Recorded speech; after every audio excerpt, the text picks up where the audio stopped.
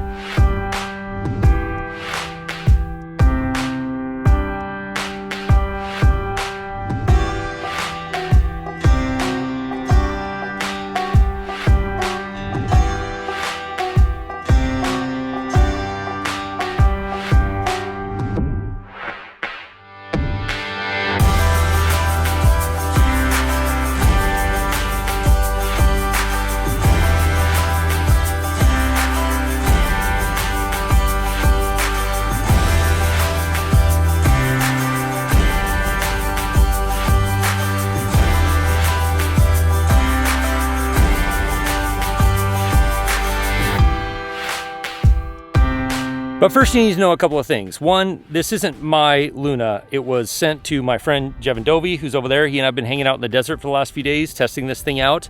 And also, this is still in beta. And so a lot of what you've seen, maybe in other videos or anything like that, a lot of that's gonna change by the time the final firmware and the final version actually hits the market. Now, there's a couple of things that are really exciting to me about this camera. The first of which is the fact that Insta360 is putting 10-bit iLog in this camera, and I am super excited about that. And honestly, testing this camera out in a bunch of different situations, the footage looks really good. Even though the camera is still technically in beta, what comes out of the camera, the amount of dynamic range, which Insta360 says is about 14 stops, which is huge for a camera this size.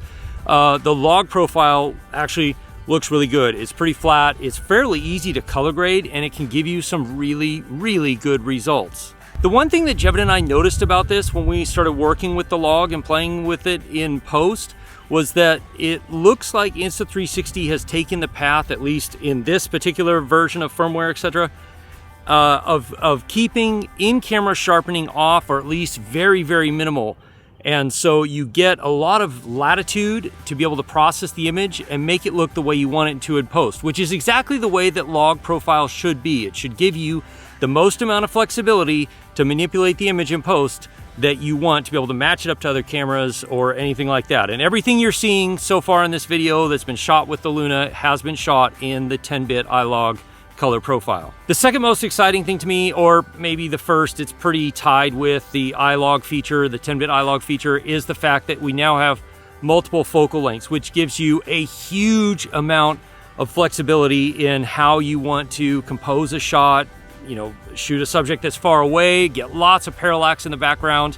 And as you can see here with this camera, there are two different cameras and two different lenses, but Insta360 is actually going to be making two different versions of this camera, so you can get whichever one best suits your needs. For me, I definitely am excited about having the two different cameras and having all of those different multiple focal lengths, because it means that a camera this size, this small, and this easy to carry around just became way more useful in a lot of different situations. Another really exciting thing that's coming is this microphone here, which has an e-ink display and a 3-mic array, which means you get really good, really clean audio in a lot of different situations. But it also means you can directly connect it to Insta360 cameras like the Luna, and there will probably be other ones that it's not finalized yet. But I've been blown away by how good this thing sounds in all of the different situations that we've tried it out in. It just gives you some incredibly good, really clean audio. And it has magnetic clips. You can clip it onto your shirt. And yes, I will be doing a video about this as soon as I can, because it really is pretty impressive how it sounds. I mean, that's what you've been hearing this whole bit. So what do you think? Does it sound good? Another exciting thing about this that I was very curious about when I started seeing leaks about this camera is, yes, it has a 1-inch sensor, which means you get much better low light performance, and it has an aperture of f1.8, which also means you get really good low light performance. And having tested this in a lot of different situations, especially like in this canyon or around sunset or after sunset, the low light performance out of a camera this size is really very impressive. And you have to keep it in mind that, like, this is a very small camera, A 1-inch sensor is still somewhat of a small sensor, but the performance that you're getting out of something like this, for the size that it is and the portability that it is awesome. And yeah, I gotta hand it to Insta360. They've done an incredible job. Now, we've tested a ton of features in this camera, but we can't talk about all of them yet because most of them are still very much in beta firmware. But I can say that I have been wildly impressed with everything we've tested, even considering that it is still in beta. It is performing incredibly well in just pretty much every situation that we've tried it in. One thing that surprised me in using this camera is how good the gimbal stabilizes the footage, especially when you're zoomed in at a much longer focal range. It stabilizes incredibly well for being a handheld walk around camera like you're seeing these shots here. It really, I mean, it's, in my opinion, it's probably better than the Pocket 3.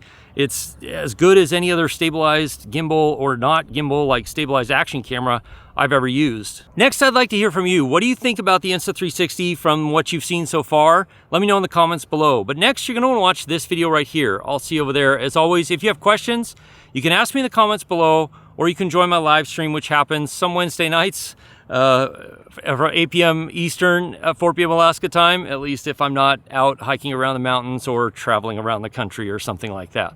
I'll see you again soon in the next one. Cheers.